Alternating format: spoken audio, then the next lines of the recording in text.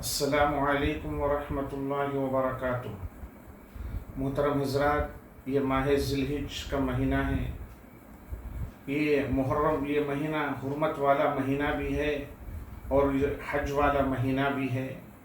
اس کے شروع کے ایام کے اللہ تبارک و تعالیٰ نے خود قسم اٹھائی ہے، اور اس ماہ کے 10، 11، 12 یہ 3 دن میں بندوں کی جانب سے جانوروں کی قربانی پیش کرنے کا عمل اللہ تعالیٰ کو بہت پسندیدہ ہے۔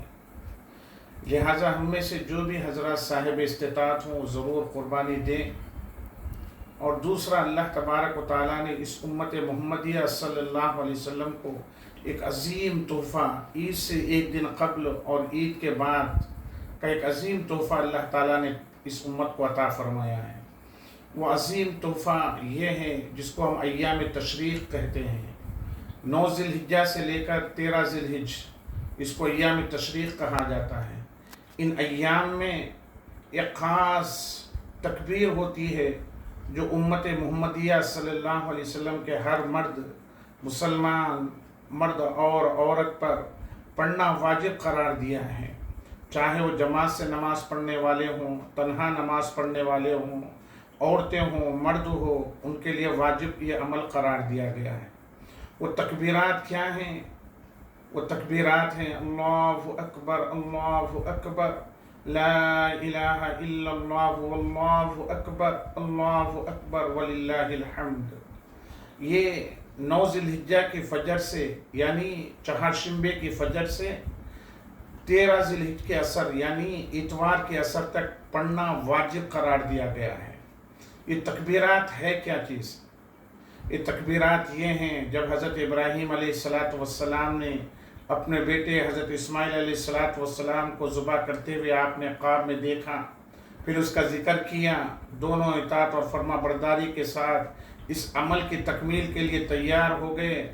جب حضرت ابراہیم علیہ السلام حضرت اسماعیل علیہ السلام کو پیشانی کے بل لٹا کر آپ قربان کرنا چاہ رہے تھے، جب فرشتوں نے یہ منظر دیکھا تو لوگ حیران و پریشان ہو گئے، فرشتے، کہ یہ کیا ہو رہا ہے؟ ایک باپ جو ہے نا اپنے بیٹے کو ذبح کر رہا ہے۔ تو انہوں نے اللہ کی تکبیر کو بلند فرمایا اور فرشتوں نے ندا لگائی: اللہ اکبر، اللہ اکبر۔ جب حضرت ابراہیم علیہ السلام کی کانوں میں آواز گونجی ہے تو آپ نے فرمایا: اللہ اکبر، اللہ اکبر۔ فرشتوں نے لگائی: وللہ ولا الہ الا اللہ، واللہ اکبر۔ حضرت ابراہیم علیہ السلام نے ندا دی۔